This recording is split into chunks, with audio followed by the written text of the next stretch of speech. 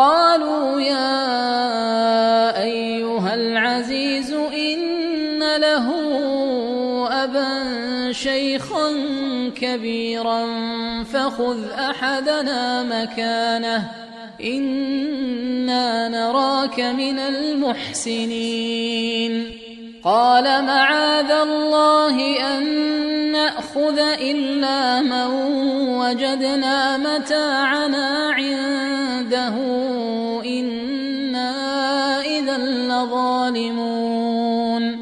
فلما استيئسوا منه خلصوا نجيا. قال كبيرهم ألم تعلموا أن أباكم قد أخذ عليكم موثقا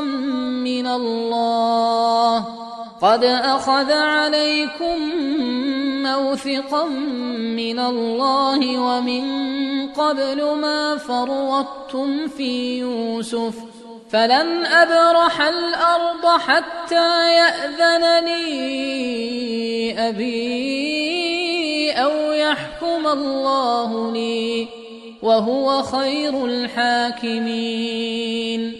ارجعوا إلى أبيكم فقولوا يا أبانا إن ابنك سرق وما شهدنا إلا بما علمنا وما كنا للغيب حافظين. واسأل القرية التي كنا فيها والعير التي أقبلنا فيها وإنا لصادقون. قال بل سولت لكم أنفسكم أمرا فصبر جميل عسى الله أن يأتيني بهم جميعا إنه هو العليم الحكيم. وتولى عنهم وقال يا أسفا على يوسف وابيضت عيناه من الحزن فهو كظيم. قالوا تالله تفتأ تذكر يوسف حتى تكون حرضا أو تكون من الهالكين. قال إنما أشكو بثي وحزني إلى الله وأعلم من الله ما لا تعلمون. يا بني يذهبوا فتحسسوا من يوسف وأخيه ولا تيأسوا من روح الله إنه لا ييأس من روح الله إلا القوم الكافرون.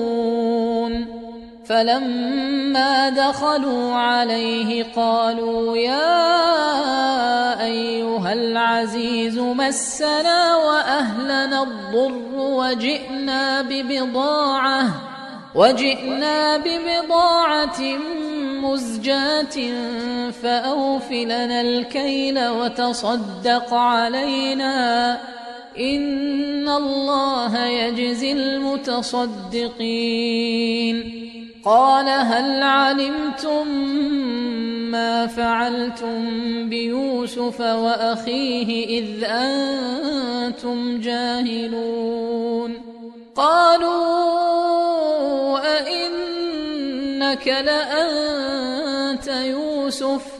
قال أنا يوسف وهذا أخي قد من الله علينا إنه من يتق ويصبر فإن الله لا يضيع أجر المحسنين.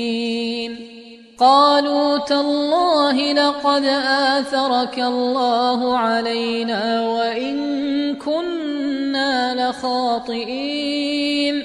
قال لا تثريب عليكم اليوم يغفر الله لكم وهو أرحم الراحمين اذهبوا بقميصي هذا فألقوه على وجه أبي يأت بصيرا وأتوني بأهلكم أجمعين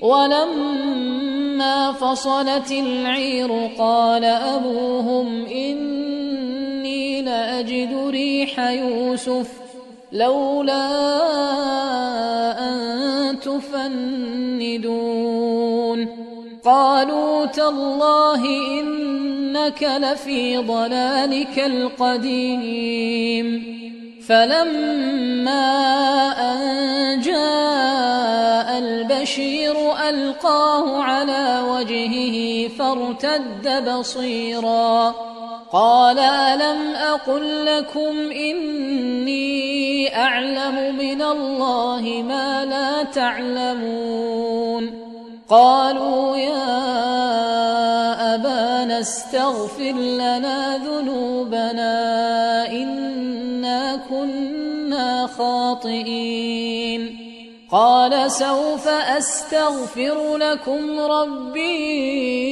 إنه هو الغفور الرحيم